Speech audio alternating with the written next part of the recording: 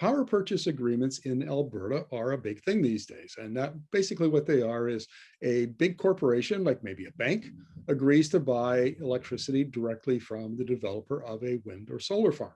So it's a very interesting development. It looks like it's going to accelerate over the next little while. So we're going to talk to Rebecca Nadel, who's the director of the Business Renewables Centre Canada for Pembina Institute, which describes itself as, and I quote, a modern marketplace where corporations and institutions can learn how to buy renewable energy directly from developers. So welcome to the interview, Rebecca.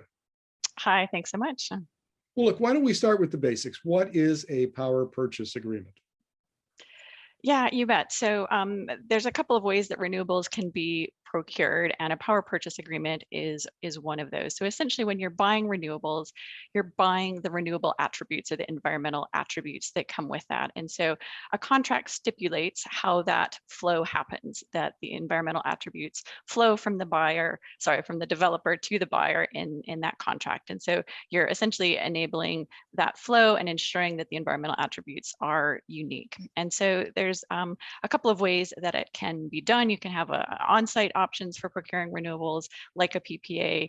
You can also have off-site options. So we typically would talk about a virtual power purchase agreement, although you can have a direct or a physical PPA for on-site options as well. But VPPAs, the virtual power purchase agreements, are one of the leading deal structures that we're seeing these days for buyers to meet their sustainability goals. And so essentially what happens is that it's a contract for difference. So the buyer pays a fixed unit price to the developer under this contract, and then they receive a floating market price for the electricity. And they still go through their usual utility. They're still getting the electrons from the grid, but you've got this swap where you're paying a fixed price and you're receiving a floating price. So the buyer is essentially backstopping that price for the electricity on the market. And so if the market price is lower than the contract price, the buyer makes up the difference. But if the market price is higher, then the buyer receives that difference from the developer.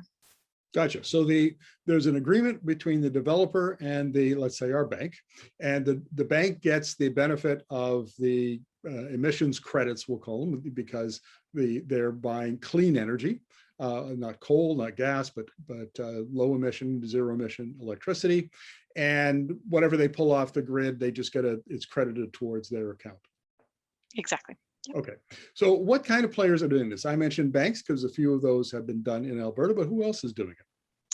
Yeah, so there's quite an array out there. The U.S. market, I would say, is a bit more mature, and you see quite some depth as well as breadth across some of those who are doing these virtual power purchase agreements, for example.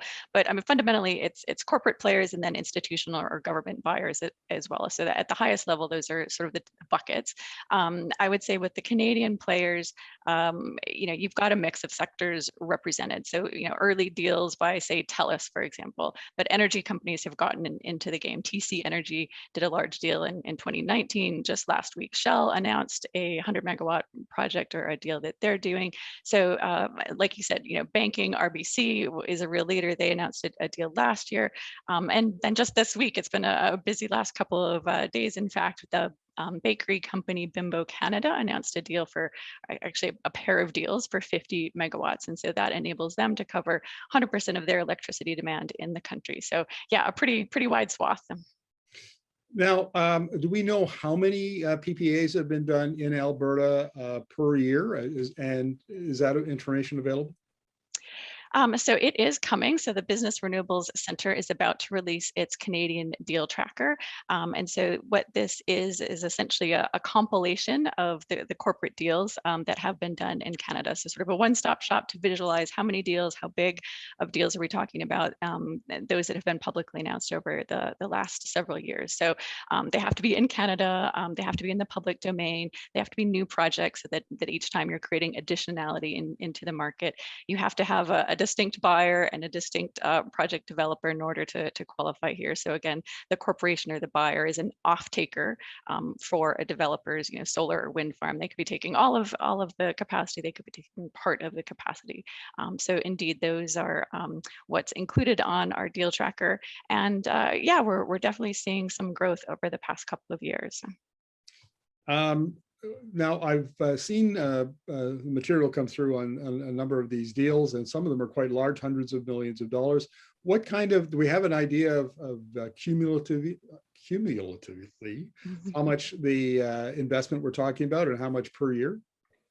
Yeah, so like I said, there's a mix of different deals and buyers. So some of them are, smaller than others. We've, the first TELUS deal, for example, was 15 megawatts. The Shell deal last week, 100 megawatts. You've got quite a range. Our peak year that we've seen so far was 2019. So we had almost 250 megawatts announced that year. We did have a little bit of a drop in 2020, not surprisingly due to COVID. That was sort of a global trend, but we're seeing 2021 get off to a really great start. We had predicted that we're going to kind of come out of that COVID slump, and companies would pick up the pace again, and some of the delays would get overcome. And so we've absolutely started to see that in practice. So it's not just a prediction. So I have no qualms about betting that 2021 is going to be the banner year. Now, just for context for our viewers, Alberta's generating capacity is about 16,500 megawatts. So if let's say Shell comes along and does a 100 megawatt solar farm under a PPA, does that then displace coal? Or is this additional generation over and above what we currently have? Well, so there's always going to be a flux, right? So new projects are going to get added. Some projects are going to come offline. So certainly as new renewables projects get added, that sort of expands what's going into the grid overall. And then we know that some projects are going to shut down over time, including some of these coal projects. And so the percentages of renewables and other sources are going to be fluid over time. So why Alberta? Now, I understand Alberta's got it's the generation side of its system is deregulated. So we have a market-oriented system. Is that what's driving this? It's the only one in Canada. So I would imagine that has something to do with it. Yeah, absolutely. I mean, that fully deregulated electricity market is for sure, one of the top reasons. So any qualified electricity generator can offer to sell its electricity into the power pool. There's flexibility. Retailers can buy and sell. Customers can choose their retailer. So you can get into these agreements, participants, directly with one another. So mechanically, absolutely, that's why it can be done in Alberta. And I think that paired with the ESG considerations and the real groundswell around companies and institutions wanting to be active on the environmental, social, and governance front, you're seeing these factors come together to make Alberta a great place, because we're very fortunate to have, I'm sitting here in Alberta myself, to have great solar and wind resources physically in the province. Now, the Grippo Bimbo deal interests me because it wasn't just greening its operations in Alberta, it was doing it for operations across Canada. So does that mean that we're going to see more and more national corporations that buy all of their electricity, that contract with a PPA in Alberta and say, okay, look, we use 100,000 megawatt hours a year. We've contracted 100,000 megawatt hours of wind and solar in Alberta. Therefore, we are carbon neutral. Yep, that's exactly what's happening, and why VPPAs in particular are so attractive to companies that are trying to offset a dispersed load. So whether it's across Canada or some other country, you can use the same model to say, I'm going to do one contract, one project, ideally to be able to offset that whole footprint. In some cases, they have to put together a couple of contracts to meet that need, but it's a really convenient way to do it, because it's a relatively lengthy process, a little bit complex for newbies to get into this VPPA space. And so, the less paperwork you have to do, the better. But it can take, a year and a half to go from start of the journey to inking a contract at the end the first time around. So the simpler you can make it, the better. Indeed, I happen to know an engineer for a wind project developer, and he talks about how much work it is. It is not like buying a car. It's a lot more complex. Well, look, Rebecca, thank you very much for this. Really appreciate your insights. You bet. Take care.